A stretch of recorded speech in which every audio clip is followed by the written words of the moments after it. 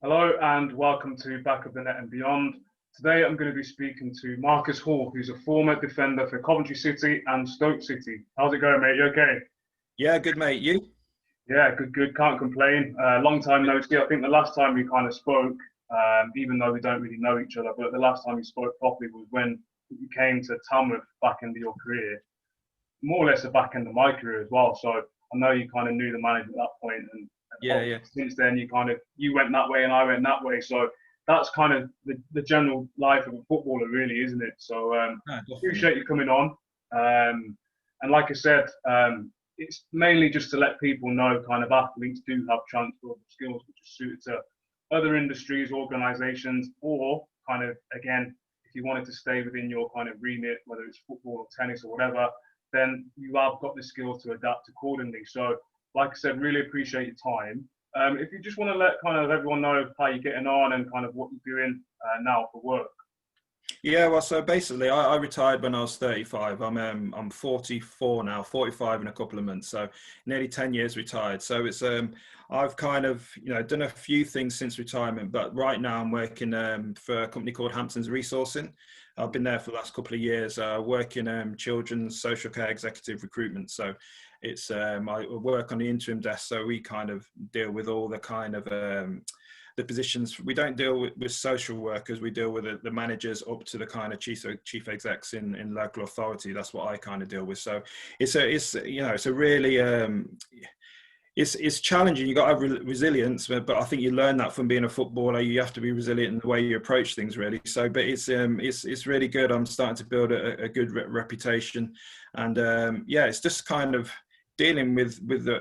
I think using my life experiences. Obviously, it's kind of like a sales kind of role, anyway, really. But to use your life experiences is to be able to connect with people and to be able to talk on a certain level is how you kind of you get through to people, and hopefully the actual kind of aspect of the job is a bit of a second nature really after at the end, really. So but that's what I'm doing. It's like I say, it's enjoyable. So it's different from football, obviously, as you know. I've kind of done various things to get to this point, but that's what I'm doing at the moment. But yeah, it's I'm really enjoying it. That's really interesting, and again, you touched on it in terms of like your transferable skills and resilience is always one that kind of pops up when I speak to people. I mean, again, you've come from playing football and you played to a high level, and we'll touch on that a little bit later on. And you're doing something completely different at the moment. So again, I've heard a few people, got a few friends who are kind of within the recruitment business, and it always seems like I don't know if this is right or not, but like an intense atmosphere. I mean, is that right or is that wrong or? It is. It's well. Obviously, we're the intense atmosphere has kind of dropped a bit now. We're working from home, but it's kind of like. But obviously, when we was in the office, it's not intense as in people are at, just kind of non-stop. It's very fast paced. You've got to be on the ball to make sure you get the placements made in place of other agencies, basically. So you've got to be fast paced, be quick off the mark, but doing the right things in the process, really. So, but it is intense. You've got to be like I say, you've got to be on the ball. You've got to be ready to pounce as quickly as you know that a role has come in and try and fill that role. So it is, and you have got to be resilient. There's so many kind of knockbacks, and it is kind of that you try and get through to people, they just completely blank you and stuff like that. But it's just the way it is. It's kind of so for me, because of the kind of, like I said, I keep saying resilience, but when I've built up through football, it's kind of water off a duck's back if people don't kind of want to be able to, because the amount of abuse you get from the stands, the amount of abuse you get, I don't mean but the amount of like grief you get off the stands, grief you're reading the papers on the radio, off your manager, off your teammates or whatever. It's kind of like people don't realize what you go through as a footballer, even though everyone must say, well, you get paid well for it, but you don't have to deal with some I was going to say the wrong word there, but you deal with you deal with some stuff that kind of is would be quite difficult for people in the so-called normal world to kind of accept, I think, really. I think you're definitely right there. I mean, when I retired when I was 31, I went from playing kind of then to being in an office every day. And naturally, I brought something new to the office, and I'm not bigging myself up. I mean, like you just said there, things that you go through within football, if you were to tell like your average layman on the street, they wouldn't believe you. So for me, when I came into the office environment, and I was still learning the ropes from literally, I started from the bottom within the property industry. I was working as an estate agent. So when I'd speak to like my colleagues and things, and certain things they would say about like, oh, you have to be wary of Mr. and Mrs. Smith and how you speak to them, and oh, they're coming in today, and just be wary how you kind of approach them. And I'm thinking, it's not going to be any worse than a manager shouting in my face telling me I'm rubbish. Like, so it's that side that you see from them. And I used to see certain people like put their head down when someone comes in because they didn't want to like speak to them, and it just used to make me laugh. And still to this day, I mean, I'm working in a different environment now, still within the property industry, but again, there you don't realize when you're playing how much kind of experience that you actually bring into the table just through kind of everyday things occurring within the game, whether it be a manager or a coach or teammates getting on your back or whatever it may be, or fans. So it's interesting you say that, and obviously we're aware because we've obviously played the game, so it's nothing new to me what you're saying, but it's just interesting for obviously everyone else who may not be involved in sport at all to hear these things from someone like yourself. No, definitely. I think as well within football, you deal with such a broad spectrum of people. You deal with, young lads on a, it might be junior Sky Blues when I was at Coventry, and you're dealing with young lads, and then you might have to go up to the boardroom after a game to deal with, people who are like proper business people around the city and stuff like that. And you've got to be able to kind of conduct yourself at a certain level kind of thing. You've got to be able to kind of adapt to that young lad who's only about 5, and you've got to give him the attention as possible, and then through to their dads and all that kind of stuff. And then you go to the boardroom, and you've got to then deal with the chairman and deal with the directors and stuff like that. And you've got to be able to adapt. And I think that bringing that into a normal kind of working situation, to me, I never have any fear about speaking to anyone, especially in person. I think the main thing for me was kind of speaking to people on the phone, because I'd like to be in front of people and just being able to kind of like, just make that relationship that way, really. So, but I think, like I say, that experience through football and dealing with every kind of person you could actually wish to meet, it just stands you in such good stead into normal life to be able to deal with so many different situations. And you probably don't realise that as you're coming up through the ranks and stuff like that. I went back to Coventry when, you might do the radio and stuff like that, or you do the lounges where you go on a match day and you do some interviews and stuff like that.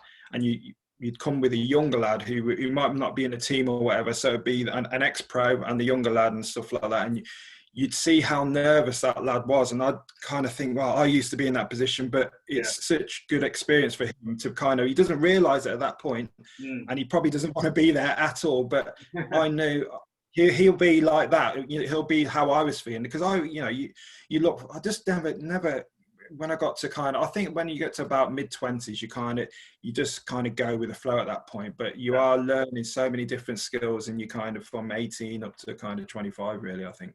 Definitely massive life skills. And I'd probably say you probably only get those skills within sport to a certain degree, because it's just by nature, especially team sports like football and things like that, rugby, again, you're naturally going to have those things within your psyche without you even probably knowing that, until you step out of that kind of, not comfort zone, but that bubble, if that makes sense. But you mentioned obviously you're in recruitment at the moment. But if my memory serves me correctly, I think you were working, was it Jaguar Land Rover was your first employment after playing? Is that right? So how it worked then. So when I was getting to about 33, and I kind of thought, I knew I was coming to the end of my career. I always kind of had 35 in my mind, because at that point, that's when footballers got their pensions and stuff like that. I already was 35 as a target. So when I got to 33, I kind of asked my agent and people, what should I do? So at that point, they said, well, why don't you come with me, and we could sell the mortgages and stuff like that. And my agent had a financial advisor. I could work alongside him doing the mortgages. So at 33, 34, I passed mortgage advice exams. So I did all that, had all that on board. And then just as I was retiring, the mortgage market collapsed and everything like that. And so it was kind of like, so that was, I think that was 2008, 2009. It was kind of, everything started to go kind of, belly up basically. So they then said, well, why don't you take your full financial advice exams? So I qualified as complete as a financial advisor by when I think I was 36 coming into, but with financial advice, I never really felt comfortable with it, just because it was like sometimes they'd say, you know, go and kind of sell a policy to your family and use all the connections you got, but because you're not in control of the markets and stuff like that, you know, I didn't like the pressure of dealing with people's money and dealing with expectations of that, because you have no control over it. But what I took from it is just knowing I could go out there, completely learn something that I'd never had any experience of before, and go and, you know, go and put my mind to something and outside of football and get something on board. And it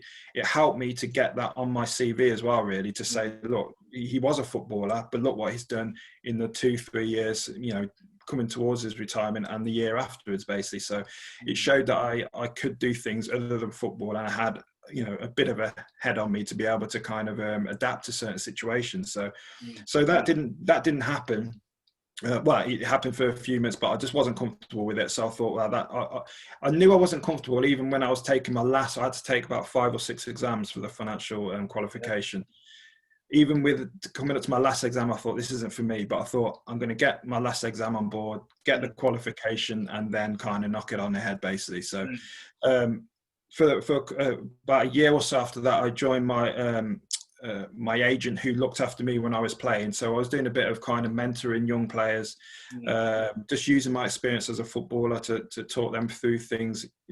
Obviously I had the financial advice background as well, if needed, but at that point it was more about kind of you know, watching games, looking at players, mentoring the players that are on the books and stuff like that, and just using my experience, really. But I kind of just thought I wanted to do something more. So it just so happens with JLR that one of the managers who worked at JLR lived on our road, basically. Oh, nice. And so my wife was walking a dog one day, and we were good friends with this person, and they were talking about, and basically said there was some roles coming up at JLR, and my wife come back and told me, and I said, no, well, I've got no experience in engineering or anything like that, but I know I can learn things if you're just given the opportunity. And so JLR at that point ran something like, it was kind of like a referral kind of scheme where people who were in JLR could say, look, I know this person's character. You know, they couldn't give you the job, but they could get you an interview if they thought it was going to be that. And obviously they're not going to put anyone forward who they think is going to tarnish their reputation. Exactly, so it's a case of, I went in there, and there was a role within electrical engineering as an engineering release specialist. And so I kind of went out the interview. And this was probably the first time when I thought my skills, my life skills and my experience of football and stuff like that. I went into the interview and I felt so relaxed. I wasn't worried about anything. And the way they kind of conduct their interviews, it's all kind of situation-based kind of questions and competency-based questions. And I can only ever really relate it to football scenarios. And I said this to them before. I said, look, I have not been in this industry before. I'm from a football background, but I can kind of adapt these questions to how I've been in football. And yeah, the interview went really well. I got the role, and I got it on merit. It wasn't, you know, because they're not going to, just because you play football, they weren't bothered about that. They couldn't care. Yeah, especially JLR. Exactly. Couldn't care less. There's people queuing up to try and get in there. So it was a case of I had to go and you know, beat the opposition for a bit of a sporting phrase. But I went in there and I did really well, got the role, and progressed into the role. I was a contractor at first, and then I got a promotion to a permanent employee, got promoted to a manager of one of the teams in exterior trim within about a year and a half. And then I got a role in SVO, which is in Fenend as a program planner. But that was the kind of one regret, because I went to SVO, which is special vehicle operations. That's where they kind of do the armored vehicles and stuff like that. But I kind of, there was a role there, but then the director left from SVO, and they said, actually, the people who have come over from normal JLR to SVO JLR, if that makes sense, that role's not going to be available anymore. So I was a little bit in limbo. Yeah, there was voluntary redundancies coming up and stuff like that, and so it was one of them where I just thought, I'm not one of them who wants to sit around doing nothing. I need to kind of, like, see what else is out there really. And I didn't really want to leave JLR, but if I'm completely honest, my first role was the role that I really loved. I went in there and I made such a good impression, and that's probably why I got the promotion. But I enjoyed just getting on with my work, getting my head down and getting on with it really. So when the voluntary redundancy is coming up and I knew that my role was in limbo, it was the case of like, what should I do? Should I kind of take a bit of money, because I was only permanent for a couple of years, so the voluntary redundancy was nothing. It wasn't like someone had been there 35 years and they can kind of just retire or whatever. So I took that and looked out for some roles, and that's where I ended up at Hampton's resourcing, because a lad called Gary McPhee, who I used to I know. Oh, you know Gary, yeah. He was so he kind of he had to quit football because he had a bad back, and he had a few injuries and stuff like that in early years. So he played in reserves at Coventry. So I know him from that, and I know his brother Stephen. And it was a case of that he kind of went into recruitment probably about 12 years ago, really, then set up his own business, which with another person called Simon Ray, who are the two directors. And so I kind of saw that he was kind of looking for people as I was kind of thinking about leaving JLR. And it was a case of contacting him, telling him what I've done, and just saying, is it worth having the discussion really? And that's how it came about. Went to meet him. I had an interview with Simon, which kind of made me feel more comfortable, because I didn't want people to think I got a role because I had an interview with Gary and he knew me and stuff like that. And so it was kind of, and that's where it's happened from there. But with it's been quite a journey from for these 9.5 years since leaving football, and I've done quite a few different things. But even when things don't go particularly well, I always look back and just try and take what the experience is and take any positive out of it, and even negatives you can turn into kind of positive things as well, just to kind of make sure you don't slip up and make those mistakes in your next kind of stage of your life or your career, whatever. That's massive, and big congratulations for that, because again, like JLR, they're not a Mickey Mouse organization. They're massive and they're worldwide. So to get in there in front of all those people who have probably gone through uni, got degrees, or got experience elsewhere, maybe working for Ford or whatever, for you to then kind of finish playing football and then have interim kind of experience and then get that job, that's massive. And again, one thing that stuck out there, you mentioned during the interview process, you weren't nervous, and I resonate with that, for the simple fact that two things you mentioned. So when they're asking you kind of competency questions, I always used to relate to football as well, because that's all you can do.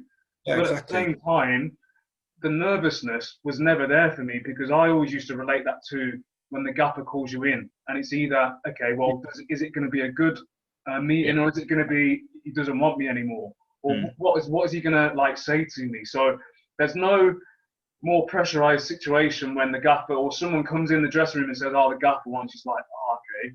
And even if like, I'm not saying as a player you're going to be scared of the gaffer, but there's always that kind of thing in your mind, okay, well, what's this going to be about? So again, I always relate my interviews to those scenarios as well. I've never been a nervous person anyway, but again, some people do get nervous when it goes to, when it comes to interview scenarios and things like that. But on top of that as well, across the board now, this is more of a generic statement. I always say, or I always think, within any team or organization or office or whatever it may be, there's no one that's going to bring anything like a sportsman would to the team, just because naturally they've got a different perspective or outlook on things.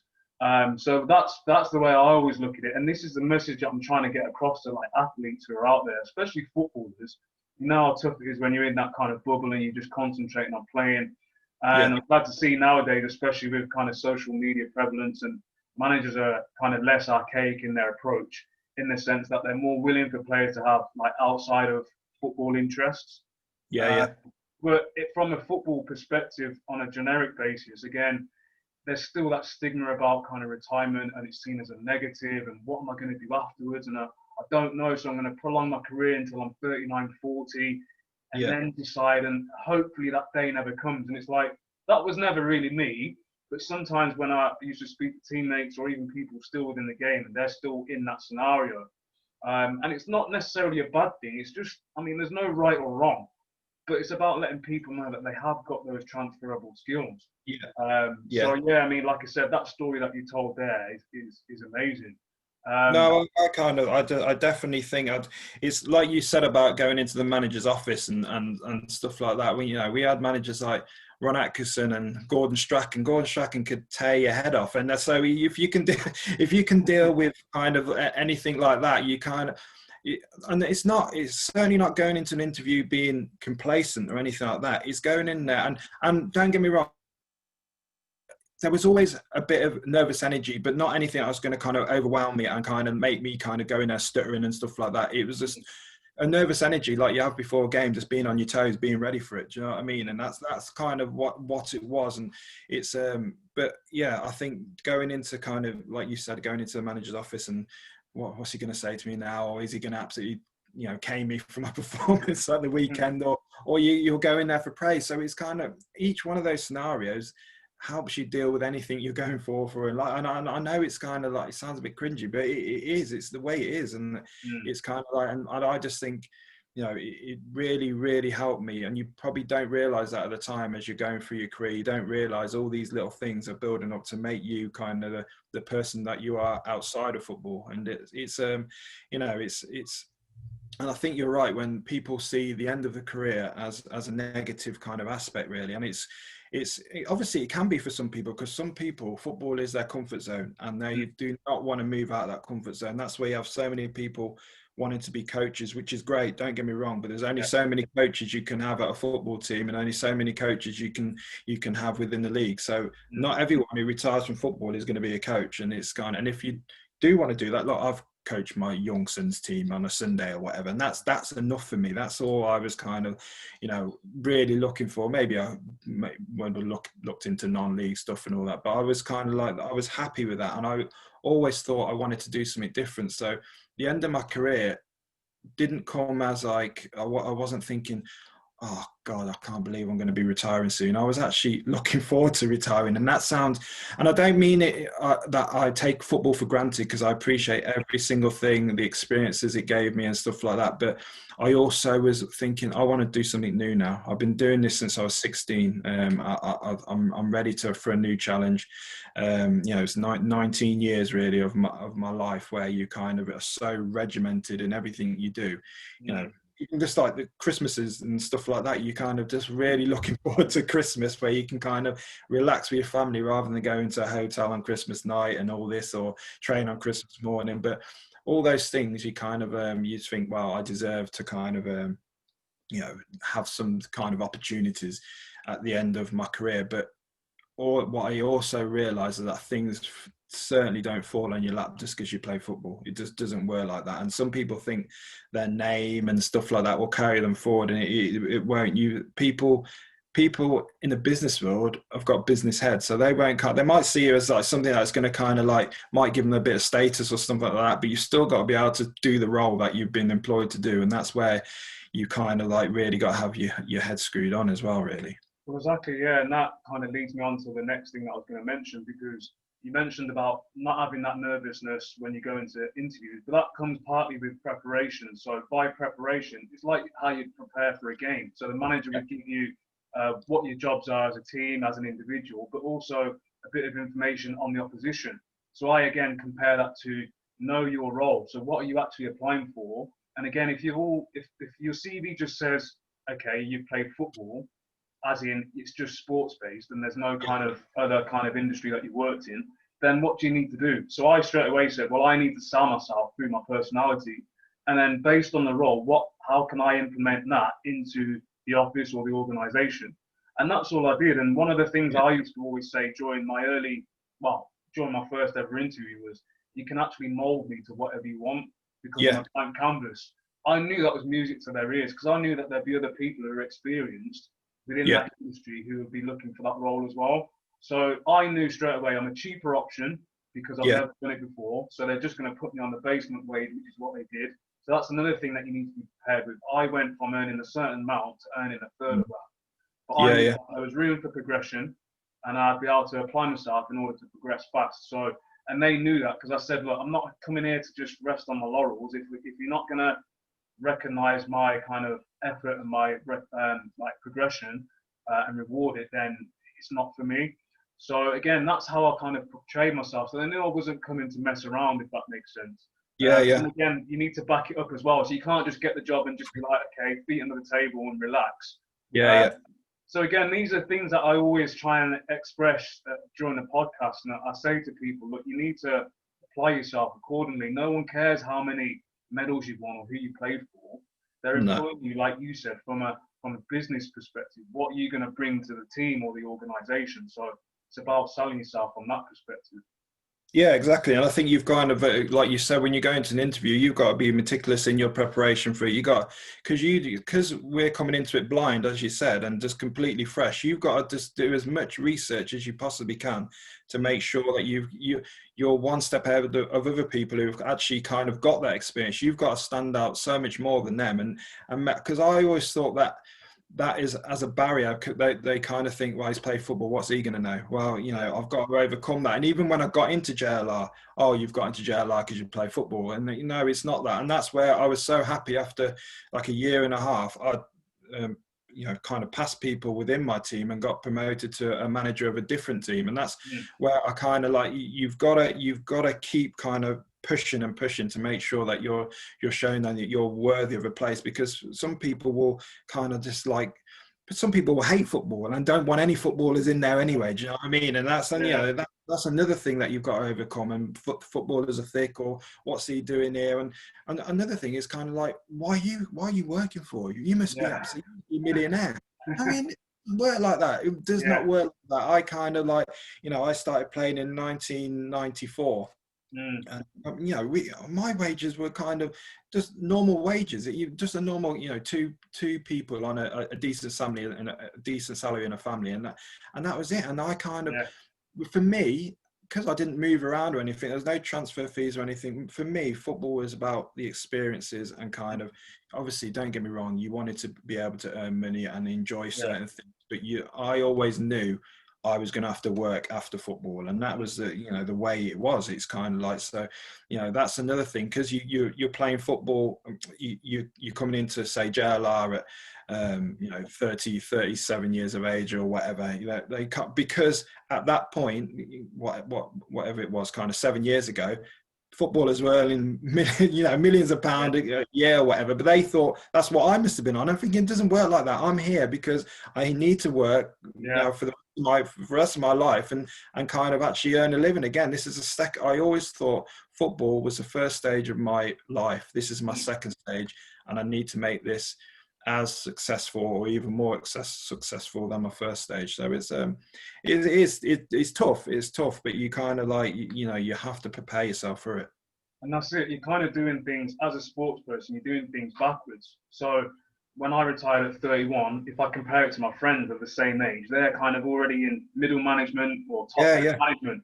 I'm starting from the bottom, but yet still with the same age, maybe with the same intelligence, or if not kind of more or less, whatever it may be. So again, that's another thing that you need to be prepared for.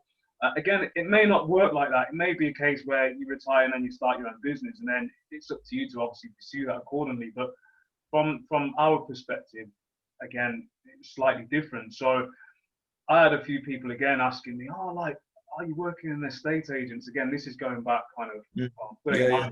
I retired when I was 31, so I'm no longer working as an estate agent. But people would say, you're not playing football anymore. And then they're surprised because they didn't know you had it in you. So as you know, on a night out, what do your friends say? Or people who are like friends of friends, how'd you get on today? What boots are you wearing? Did you score? Who are you playing for now? It's like, it's never about current affairs or whatever. So they don't know that you've got that kind of understanding or know-how. So when they see you retire and you're working for JLR, and they're like, how have you got into JLR?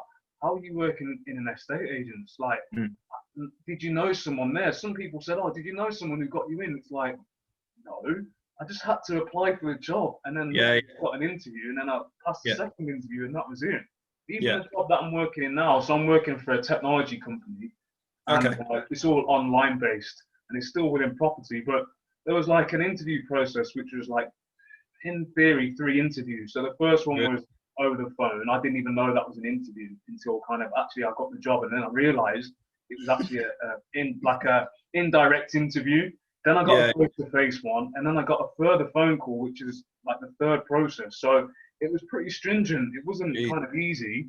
And then the yeah. lockdown happened, and that delayed things. And it's just, yeah. So, but again, it's about using your kind of common sense and obviously understanding from what you've learned from playing. And also, you may have been kind of born with that within your psyche anyway. So it's just one of those things where you need to just be prepared. And again, some players do find it difficult. And again, that leads me on to my next kind of question with yourself. Why do you think that some players, we always focus on football because obviously we played, so I'll leave it at that. So Yeah. what makes you think, or why do you think certain players struggle when it comes to the retirement process and obviously transitioning away? Because I think from the players I've played with, football is their life. You know, certain players, football is their life. They know no different. You know, if they didn't play football, they don't know what they would have done if they didn't get a career at an early age and stuff like that. And I can completely understand that. And but it's a difficult one because I knew that, like I said beforehand, football was. I wasn't even thinking about being a professional footballer until I was kind of like 14 when I started playing for the School of Excellence and stuff like that, and realised there might be a chance of getting a YTS. But that I was just thinking about playing football with my friends and just enjoying football. And then so football, being a professional footballer didn't even enter my mind really till 14, 15. So it's kind of like then it was, you know, I'm going to try and do this and make this a career for myself. But some people from the age of kind of 3, 4, 5, football, it's just there for the whole of their kind of life. And when it comes to an end, it's, you know, that they might be the ones who want to go into coaching and stuff like that because they think, well, I've played football all this time, but and now I'll just coach. But coaching isn't easy. Coaching is a difficult thing to be. You've still got to conduct yourself. You still got to, you know, hold a room. Still got to be able to kind of keep people's attention and get instructions out and get your point across in a way that people can listen and can actually take it on board. And you've got to be able to deal with you know, players who might be disrupting different things, and you might be able to you might have to deal with players who are getting a bit big-headed or not taking things on board. So that's still another skill. And so, you know, sometimes it's, you know, football is just someone's life and they don't think about anything else.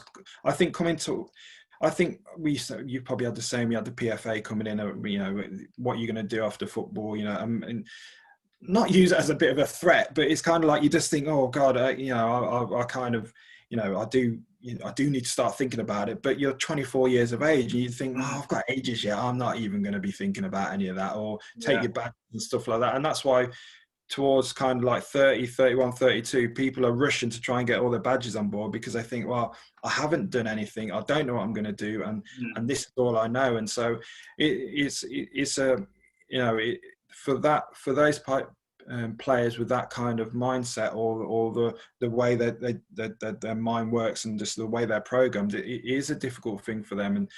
But I just think if you haven't got outside interests other than football, I just think you don't need to have football as your life. You need to have other interests outside of it to try and just see different things, see how different things work, because then it opens up your mind to, actually, I wouldn't mind having a look at that after football, or, you know, just think there is other things other than football out there, really.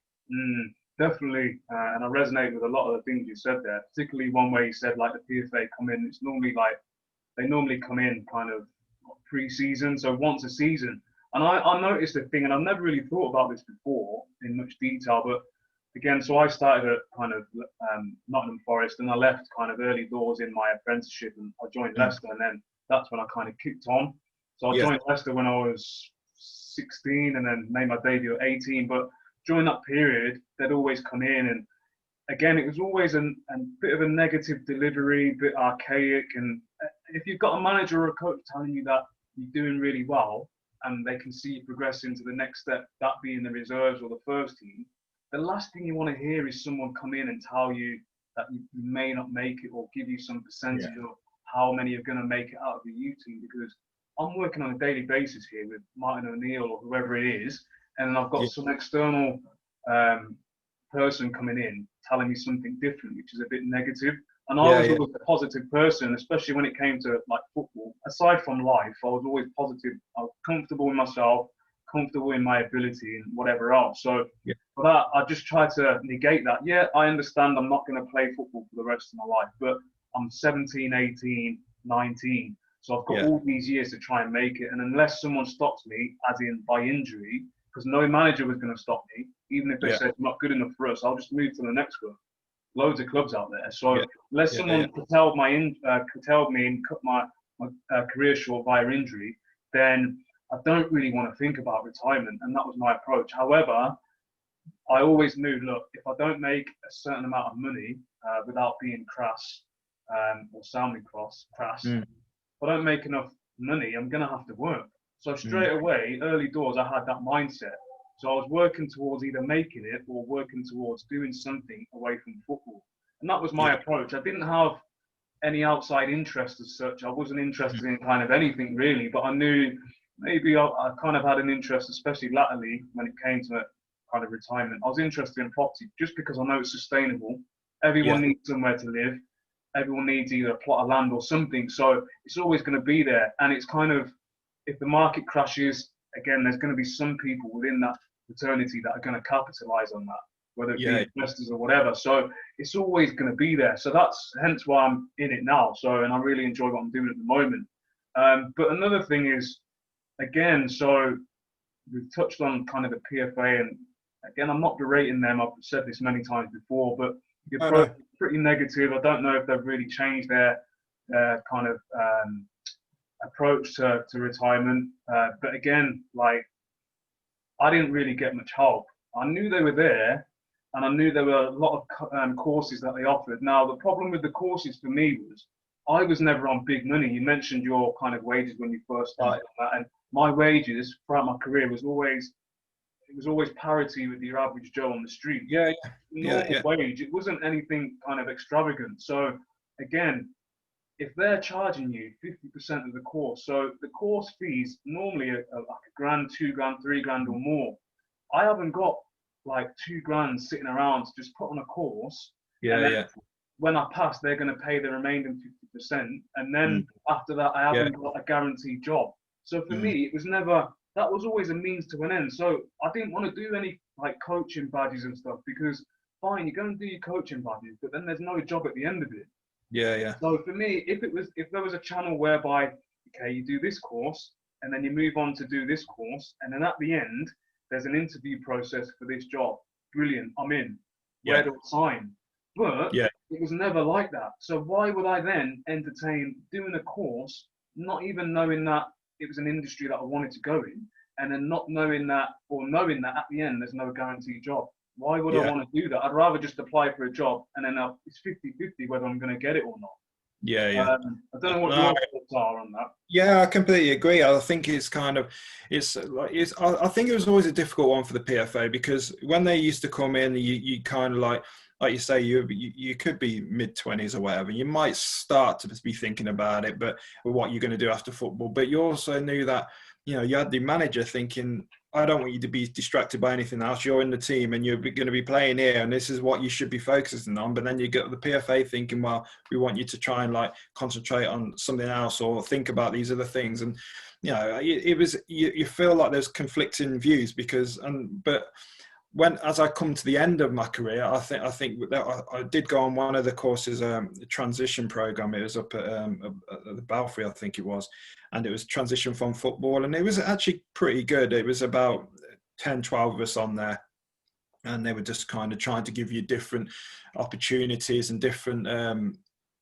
different routes to try and get into other kind of areas of business or whatever you wanted to get into, and trying to give you little pointers. But like you say, it was kind of like, you can go down there, you can go down. There was no real kind of actual structure, like you say, to kind of, if you go there, then we're going to give you a guaranteed interview. I know that's kind of really, you know, that's the be all, you know, that'd be great if you can get that guaranteed interview. And then, but even if you can kind of get into somewhere where it looks like, you know, if you do well, if you do what you're supposed to on the course, you're going to get that interview, and it's up to you to kind of nail it, basically. But I suppose it's kind of like, that's, you know, that would be the ideal, really, wouldn't it? But I think they do try, but I think they do get kind of a bit of negative press by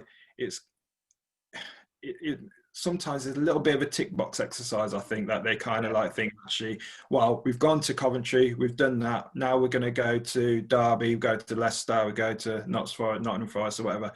And it's kind of, so that's where I kind of think they do try, but there's so many people who they're trying to kind of like please or trying to do things for.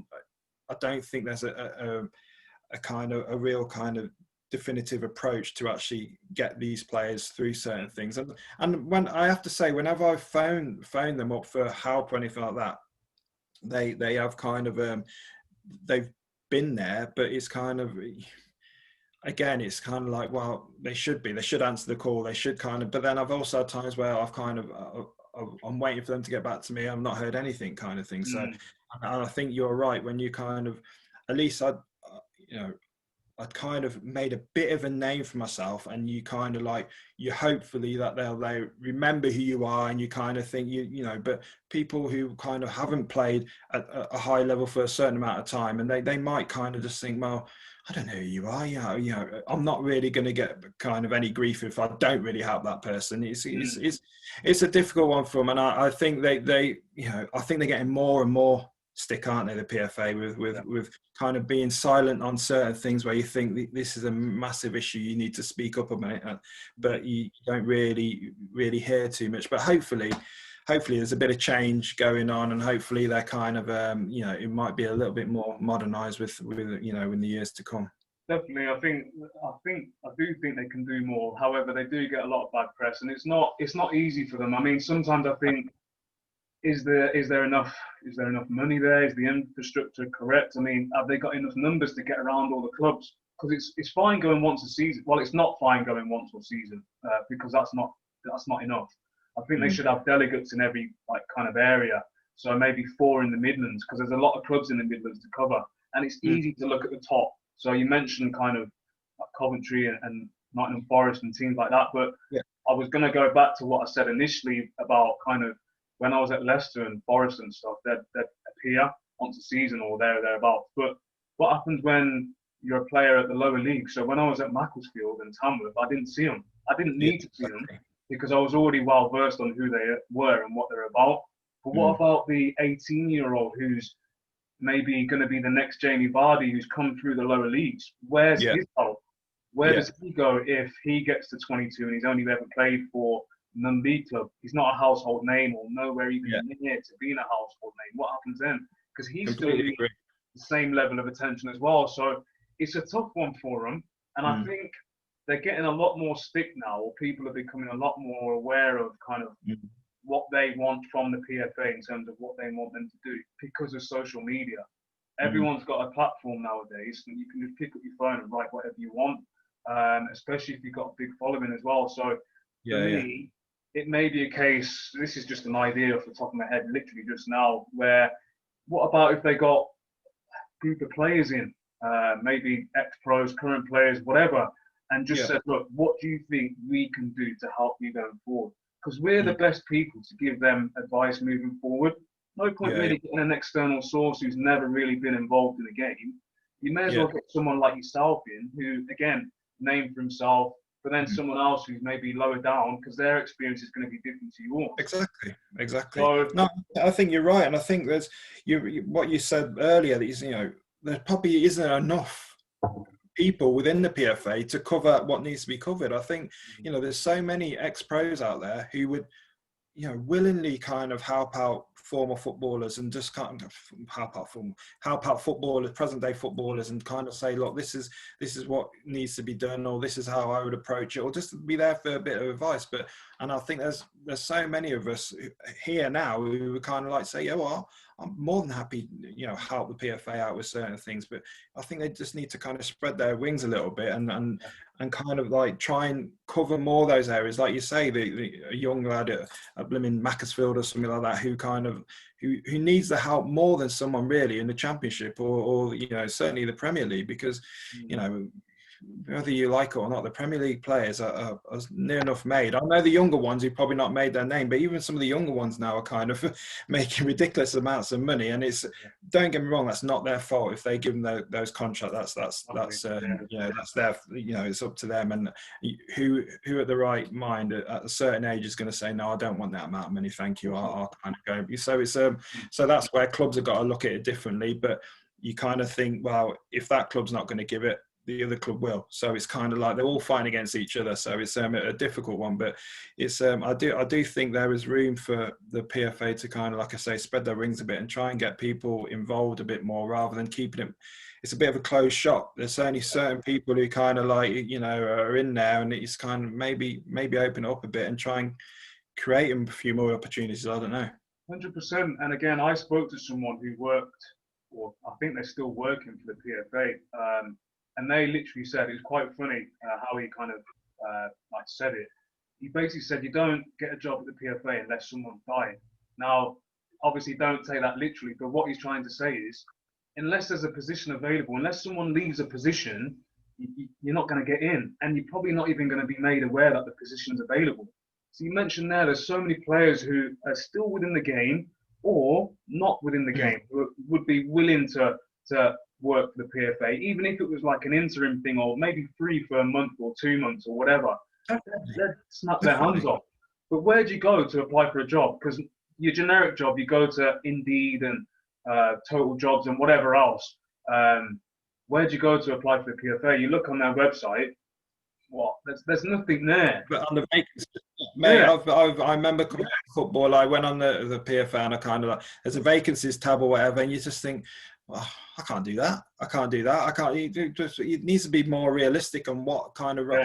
There must be certain roles they can open up to kind of realistic roles, rather than having to kind of have, you know, UEFA Pro license or anything like that. And you know, sometimes you just need to get people to go and do a kind of a real job that's going to have some real effect. But you know, it's you know, I don't know how you would kind of, you know, get around that. But it's certainly something that some people should kind of think of, really. Definitely, it's a tough one. Just want to move on to your career, kind of for a little bit. And I know should take long. Yeah, I know. Well, to be honest, you mentioned it before. You kind of didn't really move around clubs. I mean, even I'm going way back now. So I remember, obviously, when you started, you were at Cov, and then I seen you move to Stoke, and I was like wow, because like you were literally a stalwart at Cov. I'm not talking about like in the team, but just like obviously a Cov boy.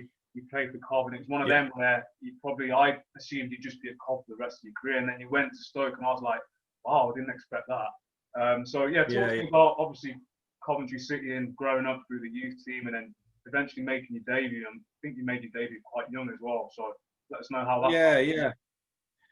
Yeah. So like I said before, I kind of I was just playing Sunday minor league in Coventry. Allesley Aces, Ernest Grange Dynamos, these kind of teams. And we was kind of, then I started playing for Coventry Schoolboys. Obviously, when you go to secondary school, you start playing for Coventry Schoolboys, and that's when I got spotted to play for. It wasn't called the academy then. It was kind of Coventry City School of Excellence, where you'd be 14, you play against teams, Midlands teams, Derby, kind of Mansfield, Nottingham Forest, you know, Leicester City, you know, all the usual kind of suspects. And you'd have 2 years to try and we play on a Sunday. So it was kind of a bit of a strange one, really, because I loved playing Sunday minor league football in Coventry. I loved it. And then when I went to School of Excellence, I couldn't really play my Sunday. And that was when I just loved playing my mates and everything like that. But it was kind of one of them where you kind of like think, yeah, okay, it's an opportunity. And so played on a Sunday, trained at, you know, on a Sydney Stringer secondary school and in midweek and stuff like that.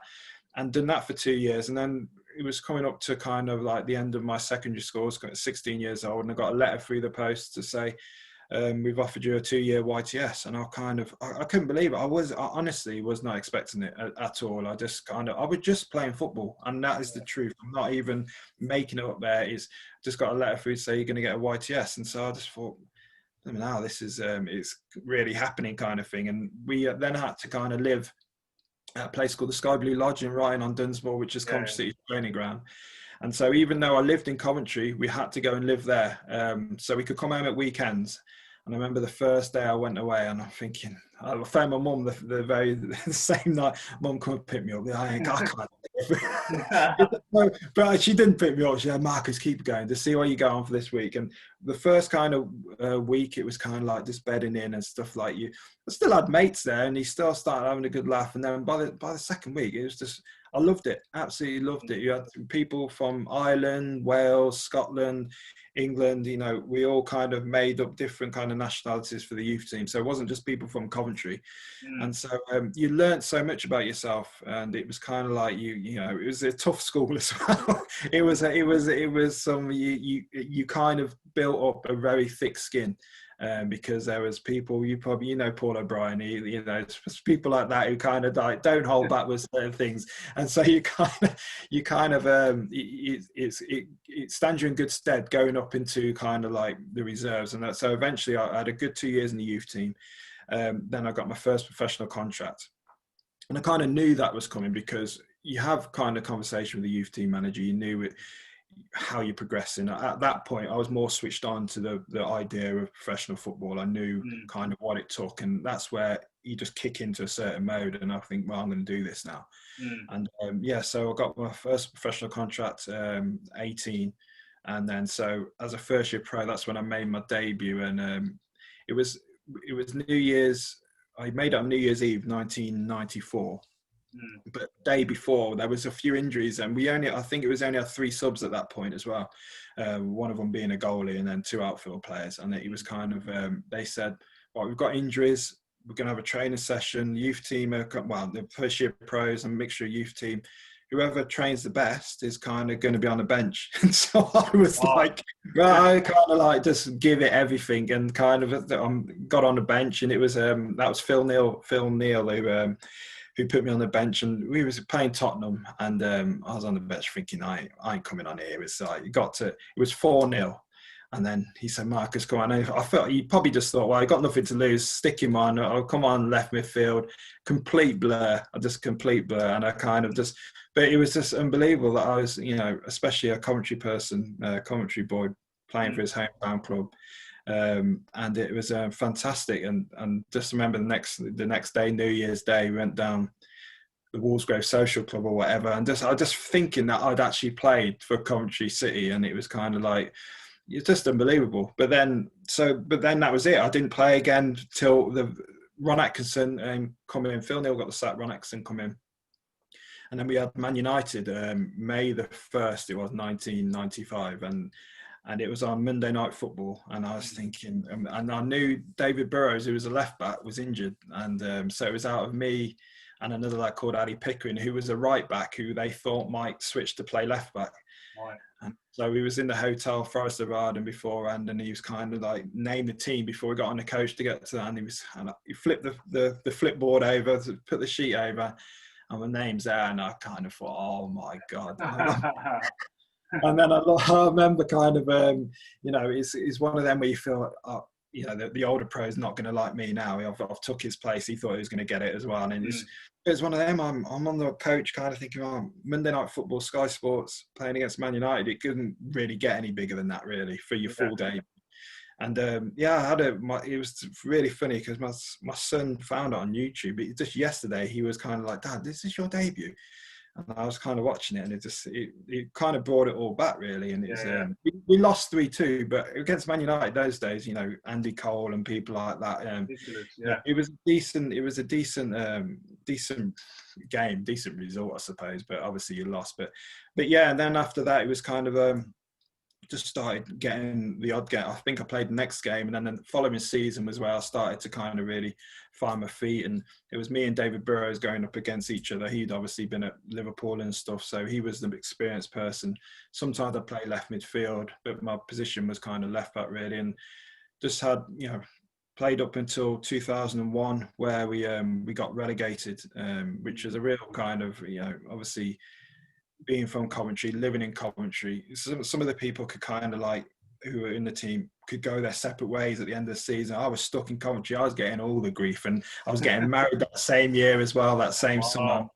My wife was like, you're going to be the moodiest kind of like. And the thing is, it hurt because being from Coventry, it hurts. You know, they've been in the Premier League for so long, and obviously it wasn't down to me as an individual, but we as a team got relegated, and you know it happens. But it was a horrible feeling, absolutely horrible feeling. So I had to kind of try and put it to the back of my mind, get married, and kind of like have a honeymoon. And it does it kind of, it was good that I had that to kind of like lift the gloom a little bit. But and then I stayed there. We went into the Championship.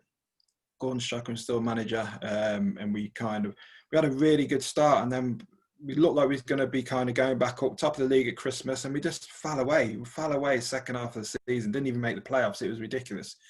And then I left. Then that's when I went to Stoke for 2 years. I left Coventry because it was one of them where, like you said, I was never earning good money. I wasn't. I was just earning because you come up through the youth team. You're kind of you're treated like a part of the furniture. He won't leave. There's no way he'll leave. No way. He's ingrained in him, kind of thing. And yeah, it was. But I still was kind of like, I'm training my backside off. I'm trying my hardest and everything. And people are just coming in and getting paid ridiculous amounts of money. And you kind of think it's a principle after a while. You kind of think, hold on a minute, this isn't. And so I kind of said, no, I'm not. I'm not. They offered me a contract. I was like, that's just ridiculous. And so I didn't sign it. And I kind of left at that point.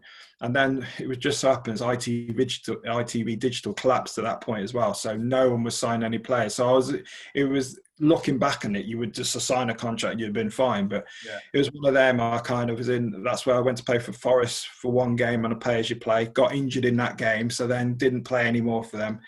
Gordon Beckham was at Southampton, then went to Southampton for a couple of months on a proper contract, but then Stoke come in, they needed, because Wayne Bridge was playing at Southampton, he'd done the longest consecutive game appearances in Premier League history, something like that. There's one game where his ankle was this big, and I'm thinking, he can't make the game. He made the game, strapped it up and still played, and I'm thinking, this is ridiculous. So I went to Stoke. Tony Pulis was at Stoke, went there for a couple of years, and really enjoyed my time there. It was really good. The fans were fantastic. So kind of really get behind you.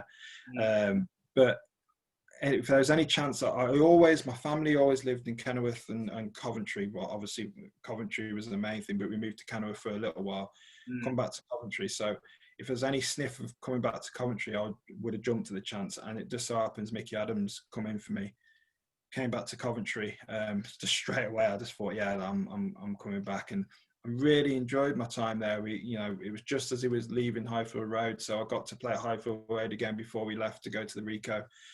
And I just had some. It was in the Championship then, obviously, but I always played in the Premier League or the Championship for Coventry, so it was kind of like I had real good games, good memories, and some real good people, great fans, great, and I have to say the fans with me were so good. Obviously, I always tried to give them as much back as they gave to me, really, and give them respect. And if I got stopped in town, I would speak to them and give them the time of day. And sometimes you have to do that without going on too long. I remember my dad saying to me, it was like at Junior Sky Blues, where you have these Christmas parties, you have the zigzag queues like you're at Alton Towers and stuff like that. And it's kind of like, you've got to give that person, you're really fresh at the start. Yeah, I'll sign your ball. How are you, mate? And all this kind of stuff. And you give them complete attention. Then 3 hours down the line, you can see other lads flagging, and it's just like, just not even looking at the people. But that person who was kind of at the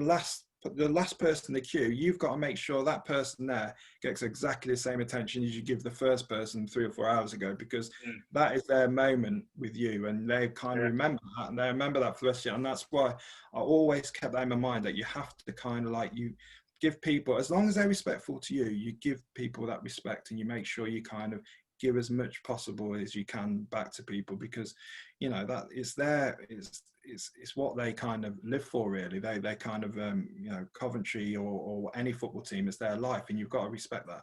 Yeah, definitely. I mean, that's a massive you've had a great career, obviously massive compliments there, and in between there you managed to get into England and 21s, so yeah, that's again a massive achievement. Who was in the squad at that point?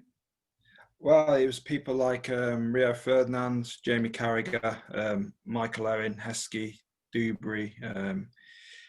Stephen Hughes. It was Richard Wright in goal. There was really top players they were, and I had the privilege to be captain of that team in Poland one time as well. It was unbelievable. I was Carragher's down there. I've got a picture where I'm the captain, and it was just a real proud moment for me. And I also played England B team as well, which is So that was they're things that they're just up in the attic, but they're my shirts and everything is something that no one can ever take away from me, really. Massive, that's amazing. Just leading towards the end now, obviously we've discussed about kind of your transition and transferable skills and retirement, and obviously playing as well. Do you think more help's needed? And we have kind of touched on this a little bit, but kind of want to go into a little bit more detail in terms of like when it comes to retirement, that approach, or when it comes to a player who's maybe retired and they're not sure about what they're doing. Do you think more needs to be done? I'm talking from any age now, so from say 16 up until the age of retirement, the generic 35, 34, whatever. Do you think more needs to be done? More help's needed for players?